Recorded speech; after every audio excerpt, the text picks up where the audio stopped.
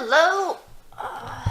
It's been almost a month on testosterone. This is so weird. Yay! Hey! I'm Bran. Making another one of these. Clearly I'm too in the habit, I almost forgot to introduce myself. So first up, testosterone update. Really not a lot different this week. I managed to not stab myself. I was impressed with that. Fourth time's the charm, I guess. Also the first time, but there was a nurse watching and the needles were better. Let's see, I forgot to mention last week that I did get my period. I don't think it was any later than normal, but I'm really bad at keeping track. I'm really bad at being a girl in general. Surprise! Who would have guessed? It was a little milder than usual, but mostly the same as always. The voice controls, I seem to be getting better. I feel like I just wasted it all on one 2-hour conversation with my grandparents, and my voice is back to where it was before. So yeah, that's exciting. Yeah, it's a testosterone update. I'm feeling more dysphoric than usual. Bit dysphoric today, more than usual is at all. I finally got my hair to not be a complete and total mess, and for some reason now it doesn't look like me. I'm so confused, but that's fun.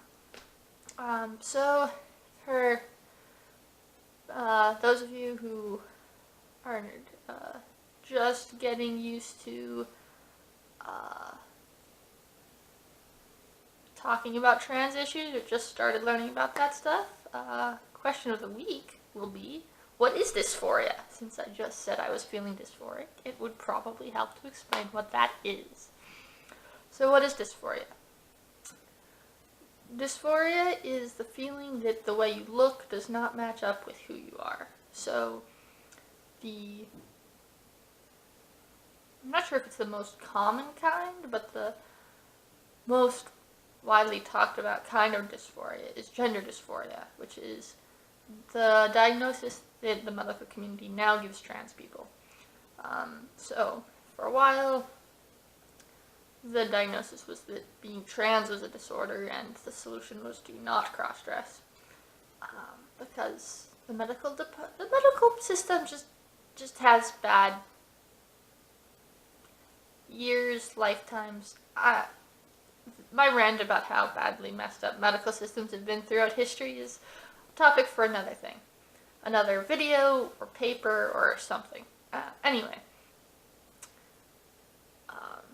Now the diagnosis is gender dysphoria, which means it's totally, the medical community has accepted, finally, that not thinking of yourself as the gender that you are assigned up at birth is okay and normal and natural, but it's still people who are transgender generally want to transition in some way, and in order to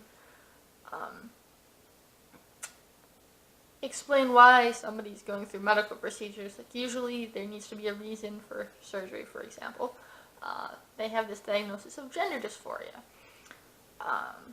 which is saying that yes, this person who thinks of themselves as a boy actually is supposed to be a boy, or this person who thinks of themselves as a girl is supposed to be a girl, or this person who thinks of themselves as agender really is agender, etc. Add in gender descriptor here, or lack thereof, and there should be some treatment for that. But it's also a very real mental issue that can be very annoying if you feel like your body doesn't match with your perception of it. My dysphoria is usually not that bad, which is something that I'm very thankful for. Some people have it particularly bad, where they will have trouble even having a sense of where their body is and how it's what's going on physically with them. When my ex first realized that I was agender, I definitely had particularly bad dysphoria. And dysphoria is not only a gender thing. Some people who aren't transgender do also have dysphoria. For people who don't have dysphoria and are kind of wondering, hey, what's that about? The closest universal explanation that I can think of is, so when you look at yourself in your mirror, you have your part on one side of your head generally. This analogy won't work if your head is like perfectly symmetrical, for example. And then when people take pictures, a lot of times the camera will flip the image, and so the part will appear to be on the other side. And so you'll see this picture of yourself, and it's a picture of you, but it doesn't look right to you because you're used to everything being flipped. So yeah, something's up with how I look in the mirror today, and I've been trying to figure out what it is. I can't quite figure it out. So, how does one deal with dysphoria as a trans person? Well, long-term transitioning, that's generally the point of transitioning, is to deal with dysphoria. But in the short term, there are a couple of tricks that I have. Some are specific to me, and some are just general for everybody. The first trick that I found really helpful, especially early on when I still felt like I had girl days, was to really choose clothes that I really liked the way they looked on me that day. I tried planning outfits in advance.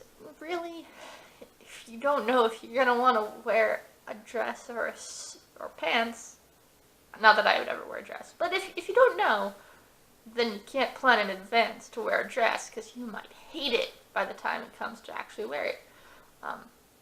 So I just got used to looking in the closet and choosing the first thing that I liked. Now, the important thing is that you like the way the clothes look on you, not just the idea of the clothes in general. So, for example, I really like the look of button-down shirt with like sweater, long sleeve sweater, thin sweater. It's a pretty common business guy look. But when I wear it, I don't like the way I look because I just noticed that I have a woman's chest. So I don't wear it right now, even though it's a look that in the future I can imagine myself liking. So it's important to choose clothes where you actually like the way they fit you, where you are right now.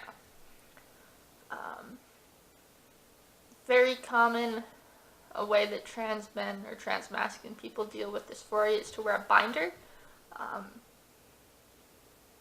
There are lots of tutorials and explanations of how to choose a good binder. Definitely, you can't wear a binder all the time. There are lots of times when you shouldn't be wearing a binder. Honestly, the research on what makes a binder safe to wear and when a binder is safe to wear is desperately sparse.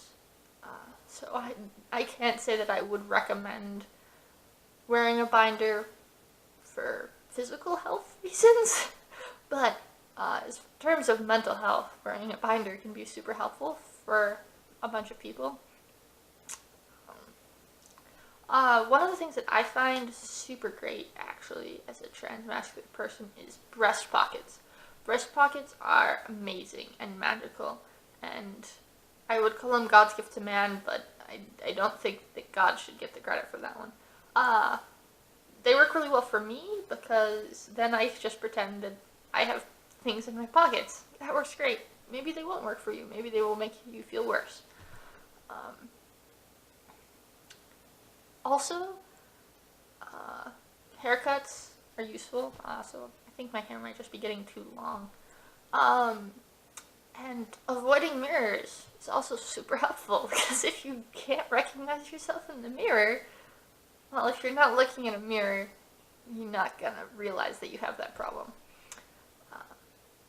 I don't know. dysphoria is one of those things that comes and goes and doesn't always make sense, but it's annoying and it's nice to have tactics of dealing with it. So yeah, that's this week's video. Hope you enjoyed it. Bye!